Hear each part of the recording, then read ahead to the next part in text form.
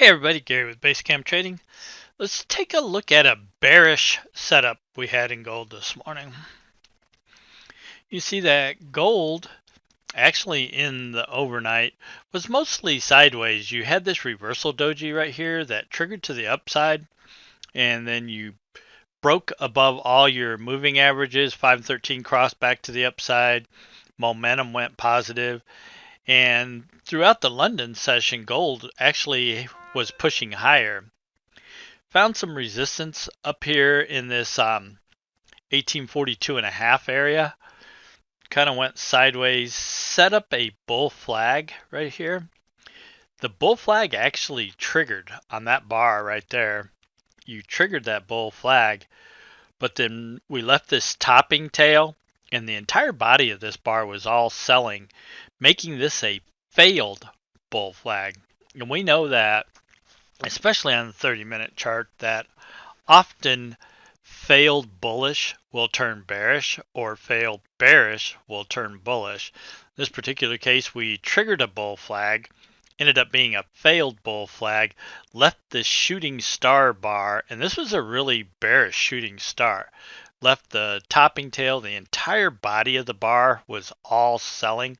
So buyers tried to push it up. Sellers not only absorbed all the buying, but actually took complete control of the bar that was all selling. So this is a really bearish shooting star setup. Next bar triggers it to the downside, and then gold made a nice move to the downside. Got a little extended, made a bounce, and then ran down here to the 200. We know the 200 EMA is significant support and resistance on this 30-minute chart, and we broke under it. You can see we actually broke underneath that, but then didn't stay, left this push back under it again, left the bottoming tail, then a really bullish bar back the other way. Now gold's been actually climbing back in the other direction for the time being, so we'll see what that ends up doing. This is how we were trading it on the Unirenko chart. And again, right in here was where you had that failed bull flag. You actually triggered a trend reversal breakout to the downside. Now this is above the cloud in the smooth 50. You don't usually take these. We pushed under the cloud, pulled back, set up the wick out of the cloud, and as we were triggering that wick out of the cloud, we were also triggering that 30-minute shooting star. So we had a bearish 30-minute setup and a bearish Unirenko setup.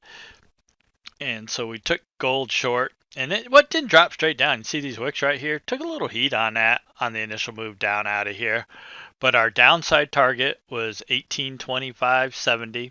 This trade actually triggered in at 1837.30.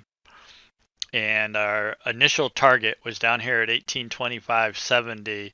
So depending on how you traded this, definitely had the opportunity to grab at least $1,000 per contract off of this, maybe a little more. If you traded down into target, you definitely got more than that. We made the pullback, set up the wick off the 34. We're extended at this time, so this is a little higher risk entry. But right here, this 1820.20 was that 200 EMA on the 30-minute chart. That was going to be our next downside target, because we know very, very often the 50 EMA and the 200 EMA on the 30-minute chart are significant support and resistance. Now this ended up breaking actually below that, ended up making a low down here at 1817.80. We were extended, forming bullish divergence. Definitely a good place to get out once you got this reversal bar right here. And then also again the 200 EMA. These 200 EMAs are significant. In fact, you have to go all the way back to the beginning of the month to find the last time you actually had a close under the 200 EMA. You have to go all the way back here to the beginning of the month. So again, we know that is a significant line of support. We were extended at that point in time, so definitely a good time to take profits on your short positions. Then ended up making a pushback the other way. One thing that you'd be looking for potentially in gold, what you'd like to see, is this just kind of chop sideways the rest of the day and set up the daily bull flag. Here's your daily chart in gold. You can see on the daily chart, we're making higher highs, higher lows, another higher high. You actually triggered a reversal doji, pulled down, but now you're leaving this big bottoming tail right here. And you like to see this finish as long as the high doesn't go back above the high of yesterday, which was 1846.30. You're going to set up a daily bull flag. We'd like to see the daily bull flag trigger and gold continue to push higher, because on a macro level, gold and silver have a bullish bias. Inflation is starting to peak out there. The Fed's been printing money like there's no tomorrow. And at some point in time, that's bound to start triggering some inflationary numbers. If you've been paying attention at all, you know that lumber is up 300% already.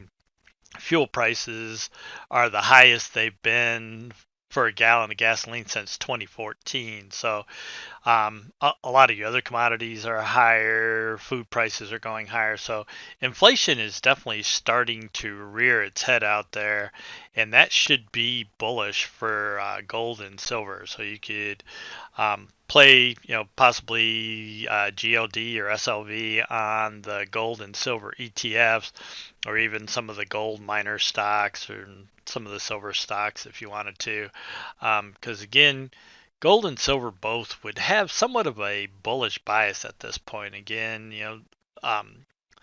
inflation is starting to peak out there, and that should longer term. And again, we're looking at a much longer term time frame, but longer term that should be bullish gold and silver. But today we had a nice bearish setup in gold that gave us some really nice profit opportunities to the downside.